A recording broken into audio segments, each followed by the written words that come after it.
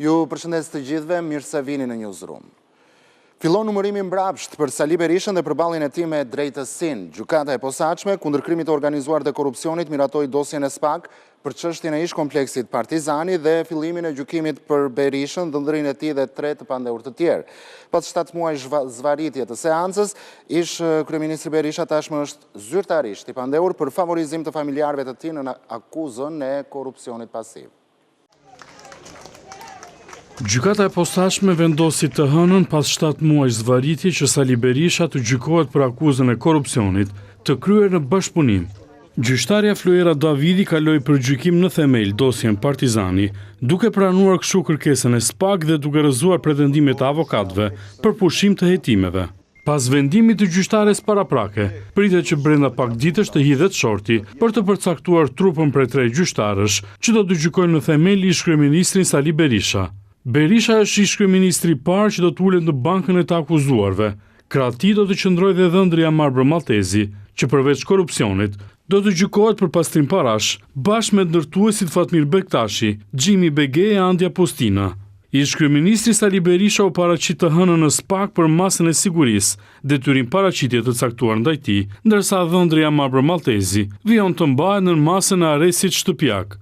Mbrojtjes së tyre janë rrëzuar disa herë kërkesat për përjashtim të gjyqtares paraprake Flojera Davidi dhe pavlefshmëri të akteve dhe vendimeve të dhëna për këtë çështje nga gjyqtarja Irena Gjoka, për të cilën pretendojnë se ka fshehur një dënim për falsifikim dokumentash në shtetin grek. Ndërsa hetimet e prokurisë së posaçme për dosjen Partizani nisën pas kallëzimit të Taulant Ballës, në atë kohë kreu i grupit parlamentar socialist. Sipas prokurisë së posaçme, Sali Berisha në cilësinë e kryeministrit ka nxjerrë akte nënligjore për t'i ardhur në ndihmë dhëndrit të tij Marbër Maltezi, që përfaqësonte familjet e disa ish-pronarëve, duke përfituar sipërfaqe toke në ish-kompleksin Partizani, por në kundërshtim me ligjin. Gjykata e posaçme dënoi ish-kryeprokurorin e Vlorës Aurel Zarka me 4 vite burg për dosjen e ashtu quajtur Toyota Yaris. Zarka akuzohet për korrupsion, ndërsa do të përfitojë zbritjet e dënimit me 1/3 për shkak të gjykimit të shkurtuar, duke u dënuar përfundimisht me 2 vite 8 muaj heqje lirie. Në të njëjtën kohë, gjykata vendosi që Zarka për 5 vitet e ardhshme të mos ushtrojë asnjë funksion publik. Nga ana tjetër, gjykata veçoi dosjen për ish oficerin e BK-s Eriona Daupaj dhe Astrid Vladin, që ndodhen ende në kërkim, ndërsa në një tjetër proces të ndar u dënua me 2 vite 8 muaj burg avokati Radovan Çela. Sipas SPAK, të dyshuarit kanë ndërhyrë duke korruptuar funksionar të drejtësisë në të paktën 8 çështje penale, 4 nga të cilat të lidhura për dosjen Toyota Yaris, që kur dosja ishte te prokuroria e krimeve të rënda, e më pas kur ajo shkoi në gjykatën e Tiranës në hetimet paraprake deri në hetimet pasurore ndaj personave të akuzuar. Prokuria e posaçme ka rënduar pozitat penale të kryebashkiakut të Tiranës Erion Veliaj, përveç veprave penale të korrupsionit e pastrimit të parave, për të cilat ai u arrestua në shkurt të këtij viti. SPAK e akuzon edhe për fshehje ose refuzim për deklarim të pasurisë. Bëhet fjalë për një banesë në zonën e Kodrës së Diellit që rezulton në pronësi të Veliaj dhe bashortes së tij, Ajola Xhoxhës, e cila me urdhër të SPAK tashmë është vendosur në sekuestro. Pak ditë më parë, nëpërmjet avokatëve të tij mbrojtës, Veliaj dorëzoi rekurs në gjykatën e lartë, ku kërkon heqjen e masës së arrestit në burg. Prej datës 10 shkurt, kryetari i Bashkisë së Tiranës mbahet i izoluar me dyshimin se është i përfshirë në korrupsion dhe pastrim parash. 40 persona janë arrestuar në Shqipëri dhe në Itali, ndërsa 12 të tjerë janë shpallur në kërkim pas një operacioni të përbashkët me SPAK dhe autoriteteve italiane për trafik ndërkombëtar të kokainës dhe heroinës, pastrim të parave, korrupsioni dhe shpërdorimit të detyrës, si dhe grupi strukturuar kriminal. Mësohet se në total janë 49 masa arresti në burg, 1 arrest shtëpie dhe 2 detyrim paraqitje, ndërsa grupi kriminal në përbërje kishte 40 shqiptar. Kreu i SPAK Altin Dumani tha se në vendin tonë është goditur një nga grupet kriminale më të fuqishme në vend. Është arritur të jepet një goditje e rëndësishme një prej grupeve kriminale më të fuqishme në Shqipëri, për të cilin ka dyshime të forta se ishte i përfshirë në trafikun ndërkombëtar të drogave të fortave dhe në pastrimin e parave. Qendra e grupit ishte qyteti Durrësi. Grupi dhe nën grupeve. Sipas prokurorit Vladimir Mara, në këtë operacion ku në Shqipëri u angazhuan 350 efektiv, janë sekuestruar pasuri me vlerë rreth 15 milion euro. Janë sekuestruar 3 restorante në qytetin e Durrësit, 1 bar kafe, 6 shoqëri tregtare dhe 1 televizion në qytetin e Vlorës. Kemi pasur disa episode të ushtrimit të ndikimit palishëm ndaj zyrtarëve shtetëror. Kemi patur 2 punonjës policisë shtetit. Në Itali u sekuestruan 9 apartamente, 4 kompani, 7 llogari bankare dhe 3 automjete, ndërsa kryeprokurori i Barit Roberto Rossi e cilësoi si një kancer mafian shqiptare. Sipas dosjes hetimore, organizata kriminale kishte si drejtues kryesor shtetasin Elvis Doçi, nipi i Xhevdet Troplinit, i njohur ndryshe si Visi Pojës. Elvis Doçi vijon ende të jetë i shpallur në kërkim, ndërsa është një person i njohur për drejtësinë shqiptare. Pasi në bazën e tij në Durrës rreth një vit më parë, u sekuestruan 3 milion euro kesh. Po ashtu, urdhër arresti është lëshuar edhe për administratorin e një kompanie udhëtimi, Ligor Çamboshi, si dhe për ish efektivin e Reneas Altin Morina, i arrestuar më parë në Tiranë në sajtë operacionit Revanshi. Ai dyshohet se ka kryer trafik droge në bashkëpunim me Akil Nderjakun, po ashtu i arrestuar më herët për një tjetër episod. Zbardhen të tjera detaje nga dosja hetimore në lidhje me operacionin Ura, për goditjen e grupit kriminal të trafikut të kokainës dhe heroinës. Në dosjen hetimore që ABC News e disponon, evidentohet edhe përfshirja e ish efektivit të Reneas Altin Morina, ku i kërkoi nga trafikantët që të ndërhynte në laboratorin e policisë shkencore për të dëmtuar një armë zjarri që u gjet në vitin 2020 Edmond Çekiçit në Durrës. Sipas hetimeve, Akil Nderjaku, që është një prej të arrestuarve, i kërkon një favor një personi me emrin Altin në Skaj Encrochat për të ndërhyrë në laboratorin e policisë shkencore në policinë e shtetit. O shok me të pyet, a kemi ne një me rregullu atje në Tiranë kur të kapin me armë? Kan kapi shok, a mund të rregullojmë punët e Gjilponës? Kur e kanë kap dhe si e ka emrin, por do pyes një shok tjetër, po e marr vesh kush është robi. Mon Çekiçi. Në Tiranë e kanë kap apo në Durrës? Këtu në Durrës. Edmond Çekiçi, njohur ndryshe dhe si Mon Çekiçi, mbeti i vrarë në një atentat në Durrës në vitin 2021, ndërsa ish efektivi Reneas Altin Morina rezultoni përfshirë edhe në trafikun e kokainës, në bashkëpunim të ngushtë me Nderjakun. Në një prej episodeve thuhet se Morina ka siguruar informacion për mënyrën e trafikimit të kokainës që vinte nga Ekuadori dhe transportohej pranë porteve në Spanjë. Por për shkak të kontrollave të shtuara, kokaina hidhej në det nga trafikantët dhe për ta nxjerrë nga uji, kërkoi angazhim i marinarëve. Në dosjen e prokurorisë nga 29 personave të përfshirë në trafikun e drogës, është zbardhur edhe roli i Elvis Doçit, i njohur ndryshe si Visi Pojës, që cilësohet si drejtues dhe organizator i grupit kriminal.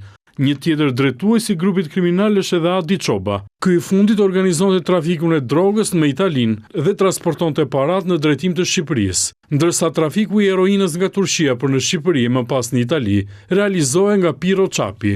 Të premten gjykata la në burg 11 nga të arrestuarit dhe liroi 3 të tjerë. Gjyqtarja Rudina Palloj ndryshoi masën për avokatin Armand Tragaj nga arrest në burg në detyrim paraqitje, si dhe për Erviz Detin e Bexhet Memën. Ndërsa gjykata e Tiranës miratoi kërkesën e palës italiane për nisjen e procedurave të ekstradimit për Gentin Nderjakun, i njohur ndryshe dhe me emrin Akil Nderjaku, dhe Erviz Detin.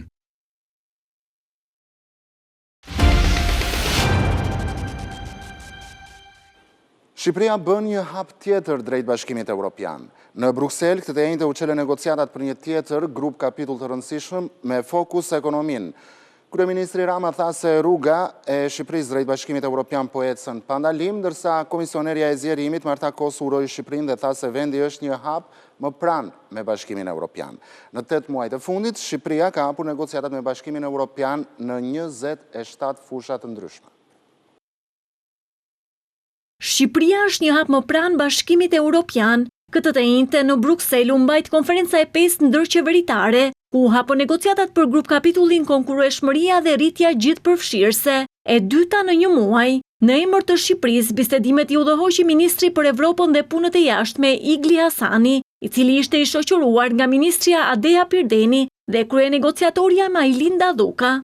Hapja e sotme e 8 kapitujve të rinj pasqyron progresin e bazuar në merit të Shqipërisë dhe është një shenjë e qartë se sa larg kemi arritur në një kohë kaq të shkurtër. Rruga jonë drejt Bashkimit Evropian nuk ka qenë kurrë më e qartë ose më e vendosur. Kryeministri Edi Rama vlerësoi ritmin e lartë me të cilin po punohet për integrimin e Shqipërisë drejt Bashkimit Evropian. Këshilli i Bashkimit Evropian miratoi çeljen e negociatave për 8 kapituj të rinj nga grupi 3. konkurrueshmëria dhe rritja gjithëpërfshirëse. Deri tani janë hapur negociatat për 24 kapituj në vetëm 8 muaj dhe mbeten vetëm 11 të tjerë për t'u hapur, një ritëm tejet i lartë që tregon përparimin e Shqipërisë dhe mbështetjen e Bashkimit Evropian për të arritur objektivin e përbashkët të mbylljes së negociatave në 2027. Komisionerja e BE-s për zgjerim Marta Kos uroi Shqipërinë për hapjen e grup kapitullit të tretë, duke e cilësuar një hap tjetër më afër Bashkimit Evropian. Urime Shqipërisë për hapjen e grupit të tretë mbi konkurrueshmërinë dhe rritjen gjithëpërfshirëse. Kjo do të thotë një ekonomi më e fortë shqiptare në dobi të qytetarëve tuaj dhe një hap tjetër më afër Bashkimit Evropian. Zgjerimi i Bashkimit Evropian ka të bëjë me përparimin ditë pas dite. Ky grup kapitull përfshin politikën ekonomike, punësimin, tatimet, arsimin dhe kulturën, bashkimin doganor si dhe median e transformimin digital. Kjo do të thotë shërbime publike më të thjeshta dhe transparente, mbrojtje më të fortë për punëtorët dhe vende pune më të sigurta.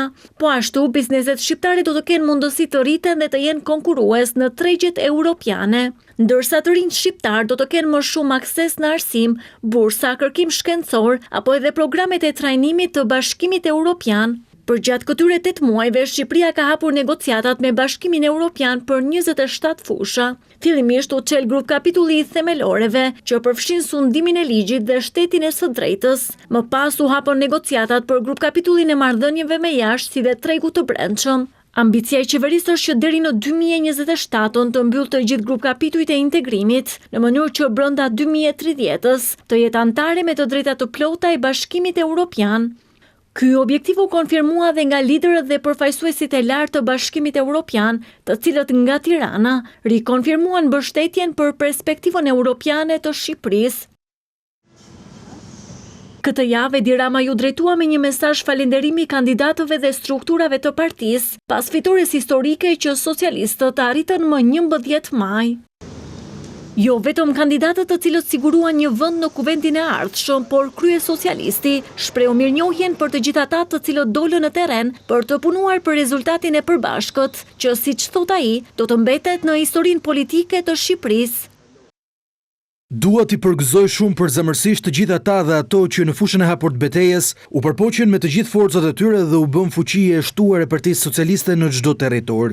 Urime me gjithë zemër për ata e ato që e dolën të hyjnë në ekipin e legjislaturës së ardhshme. Një falënderim Rama e kishte edhe për kandidatët të cilët nuk arritën të siguronin një ulse në kuvend. Sipas kryesocialistit, kontributi i tyre mbetet thelbësor në sfidat e ardhshme me në krye antarësimin në Bashkimin Evropian. Të gjithë atyre që s'ja dolën u them shumë sinqerisht se duhet të jenë jo vetëm krenar për pjesën e tyre të çmuar në fitoren e Partisë Socialiste, por edhe të bindur se në rrugën që vazhdon me supersfidën historike të antarësimit të Shqipërisë në Bashkimin Evropian, kontributi i tyre do të jetë shumë i nevojshëm. Prandaj kokën lart të gjithë bashk motra e vëllezër, këtu nuk ka humbës, por vetëm fitues. Në 11 maj, Partia Socialiste mori mbështetjen e mbi 700.000 shqiptarëve brenda dhe jashtë vendit, duke siguruar 83 karrike në parlamentin e ri. Ky rezultat i jep mundësinë Edi Ramës dhe shumicës parlamentare të çojë përpara ligje që kërkojnë shumicë të cilësuar apo ndryshime kushtetuese, pa patur nevojë të bëjë negociata me Sali Berishën, i cili në këtë zgjedhje nuk mori më shumë se 50 mandate bashkë me aleatët. Pasi i dogjën vizat, Sali Berisha kërkon të djeg zgjedhjet, por përtej oqeanit, tashmë që liderët europian uruan Ramën për fitoren, shpresa e tij e vetme mbetet Washingtoni, që ende nuk ka dërguar një mesazh për 11 majin, dhe për këtë Berisha nxiton kompanisë të kontraktuar në SBA Continental Strategy, e cila është paguar $6 milion deri tani pushim, doktori i ka gjetur punë. Ditën që në Tiranë mbahej samiti politik europian, PD ka depozituar pranë Departamentit të Drejtësisë një letër të shkruar nga PD me të gjitha ankesat për zgjedhjet e 11 majit. Në këtë dokument PD kërkon qeveri teknike dhe hetim ndërkombëtar të procesit, por doktori nuk tregohet as pak modest, madje ai shton se s'kemi parë gjë akoma. Letër, raport është raport. Është një raport paraprak që është përnda në një numër adresash në Europë dhe në Shtetet Bashkuara. Në Europë dhe në Shtetet Bashkuara, një raport fare paraprak, i cili nuk ka asnjë gjë tjetër përveç këtyre që u them unë këtu, asnjë paragraf, asnjë rrjesh tjetër. Ai u zotua se nuk do të njohë kurrë rezultatin nga vota e diasporës dhe bëri atë që di më mirë, i vuri nofkën dhe gjeti fajtorin.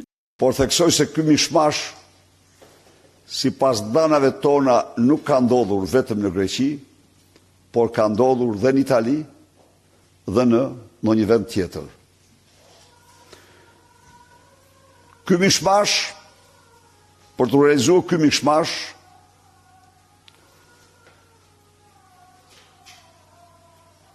DHL, DHL-ja, me urdhër të qeverisë, ka shkel kontratën. Ky është një proces i kriminalizuar në shkallën më të lartë, që kur nuk do të njihet dhe nuk do pranohet. Por disfata e madhështorëve për Berishën nuk ka asnjë fajtor nga PD, të gjithë të tjerët po. Përveç Alin Qori që ka aspektin e qartë, edhe s'mund t'i thotë kurrë, është i majt, në rregull, ka një përcaktim të vetin. Të tjerët morën deputet sa ato ndoshi. Po. 3 deputet të ndoshi, 3 deputet këta. E çfarë shërbëj kjo? Nuk shërbëj kjo për të heqë opozicë të paktën 8 deputet? Në fund, si gjithmonë, zgjidhja e vetme nuk është largimi i tij. Berisha nuk pranon asnjëherë përgjegjësinë. Qeveria teknike me një agjend të përcaktuar, problemet që lidhen direkt me integrimin dhe zgjedhjet e lira të ndershme. Por sinqeriteti i Berishës për mosnjohjen e zgjedhjeve zgjati vetëm 24 orë. Të premten ai pranoi se PD do të hyjë në parlament, bile do të votojë pro ligjeve të mazhorancës. Ne votojmë dhe do votojmë vetëm ato ligje që kanë të bëjnë me integrimin e Shqipërisë në Bashkimin Evropian.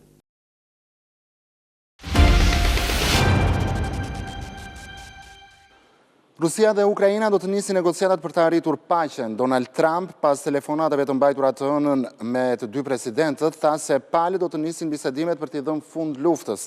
Presidenti Putin tha se Moska ishte gati për t'i dhënë fund konfliktit, por negociatat duhet të bazohen në kompromis të pranueshëm për të dyja palët. Iniciativa e Trump u vlerësua nga liderët europian. Nuk ka akoma një vendodhje të dakorsuar mes palëve për mbajtjen e negociatave, pasi Vatikani u refuzua nga Kremlini duke thënë se 2 vende ortodokse nuk mund të negociojnë në një vend katolik. Shtetet e Bashkuara njoftuan këtë javë se fundi i luftës në Ukrainë mund të jetë më pranë se kurrë. Presidenti amerikan Donald Trump, pas një telefonate që pati të hënën me Vladimir Putin, njoftoi se palët do të fillojnë menjëherë negociatat për një armpushim dhe mbi të gjitha për fundin e luftës.